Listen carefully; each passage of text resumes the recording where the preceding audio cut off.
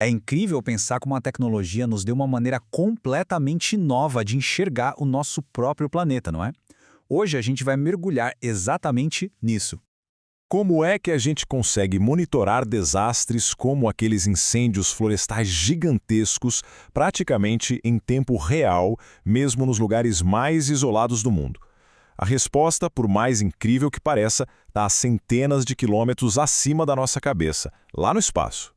Para entender como é possível ver esses incêndios lá de cima, a gente precisa começar pelo básico, pelo conceito fundamental que está por trás de tudo isso. Essa técnica tem um nome: sensoriamento remoto. É basicamente a ciência de obter informações sobre um lugar sem precisar tocar nele. Pensa nisso como tirar uma foto do nosso planeta com uma câmera superpoderosa, mas a uma distância enorme. Não tem contato físico, só a captura da energia que a própria Terra manda de volta para a gente.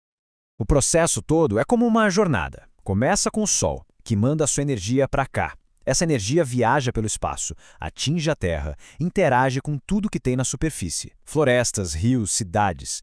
Parte dela é absorvida, mas o que nos interessa mesmo é a parte que é refletida de volta para o espaço. E é lá que um satélite está de prontidão para capturar essa energia. Depois, todos esses dados são transmitidos aqui para baixo, prontos para virarem aquelas imagens fantásticas que a gente conhece.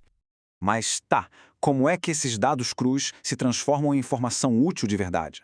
A chave para isso está em entender a linguagem secreta da luz, uma linguagem que vai muito, mas muito além do que os nossos olhos conseguem perceber. Os nossos olhos são incríveis, claro, mas eles só conseguem ver uma fatia bem pequena de toda a energia que existe, o que a gente chama de luz visível. Já os sensores dos satélites, eles são como super-heróis. Eles têm uma supervisão.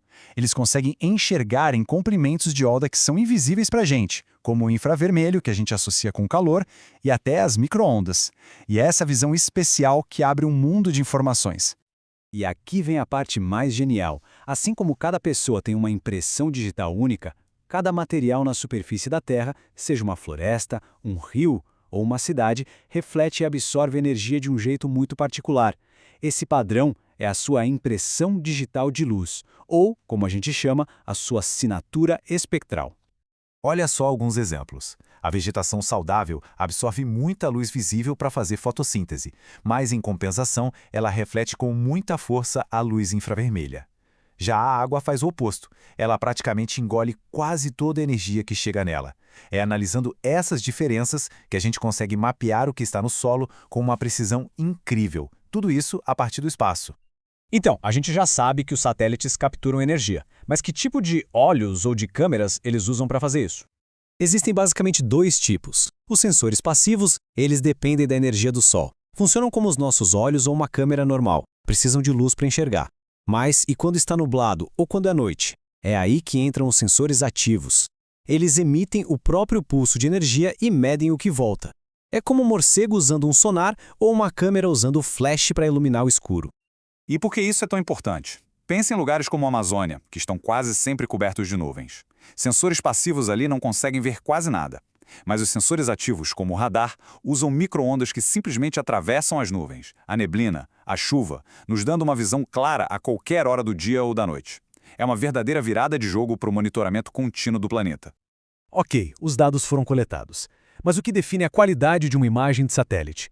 Existem 4 ingredientes principais, ou resoluções, que determinam o que a gente consegue de fato enxergar. Primeiro, a resolução espacial. Pensa nela como o poder de zoom do satélite. É ela que nos diz o quão detalhada é a imagem. Se a gente tem uma resolução de 1 metro, cada pixel representa um quadradinho de 1 por 1 metro no chão. Dá para ver carros individuais. Agora, com uma resolução de 30 metros, esse mesmo carro simplesmente desaparece. Em seguida, vem a resolução espectral. Se a espacial é sobre o zoom, a espectral é sobre as cores.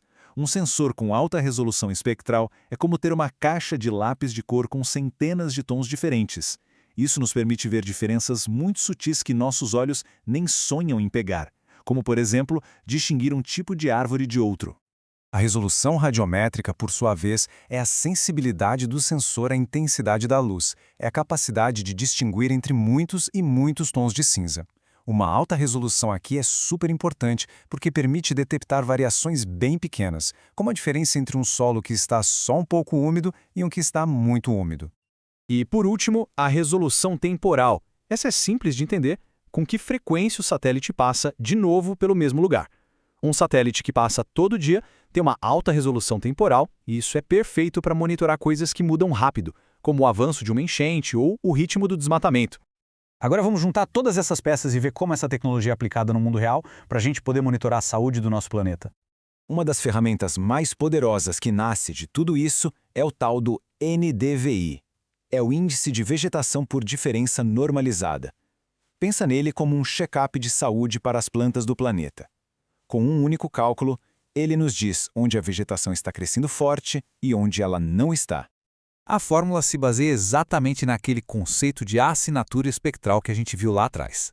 Lembra que as plantas saudáveis absorvem a luz vermelha e refletem com força a luz infravermelha? Pois é, essa fórmula genial usa justamente a diferença entre essas duas bandas para criar um índice padronizado.